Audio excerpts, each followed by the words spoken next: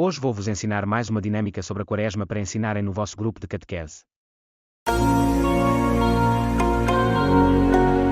Um caminho, com a imagem ou quadro de Cristo que sofre, Senhor Bom Jesus ou outra imagem, no início. Enfeitar o caminho com pedras e plantas ou ramos verdes nas laterais. No final do caminho, em lugar destacado e elevado, a imagem ou quadro de Jesus ressuscitado, Jesus misericordioso ou outra imagem. Antes da imagem de Jesus ressuscitado, um espelho médio ou grande. Pincéis atômicos ou canetões para escrever no espelho, pés desenhados que serão entregues antes da dinâmica começar, apenas um dos pés.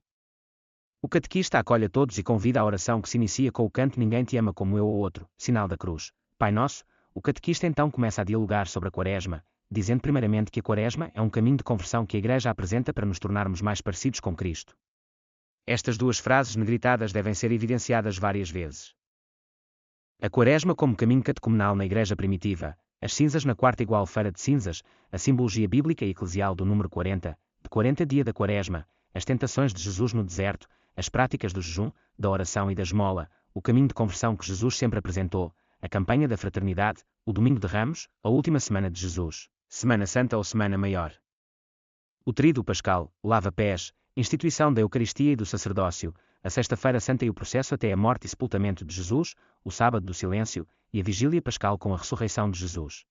Após essa conversa e explicação, convidar cada um a se dispor a fazer este caminho quaresmal, animar a todos.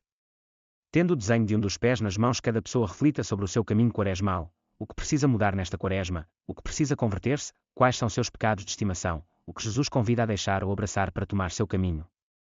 O catequista deve dizer o seguinte: fazemos o caminho de Jesus para nos tornar mais parecidos com Jesus.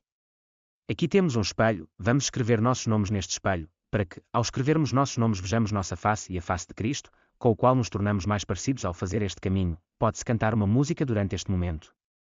No fim, todos partilham como se sentiram neste encontro. Reza-se uma Ave Maria e pede-se a bênção de Deus. Ainda antes de terminar a dinâmica, canta-se algo relacionado com a Quaresma. Espero que tenham gostado desta dinâmica e que a mesma seja importante para as vossas catequeses. Até a um próximo vídeo aqui no canal na minha companhia. Adeus.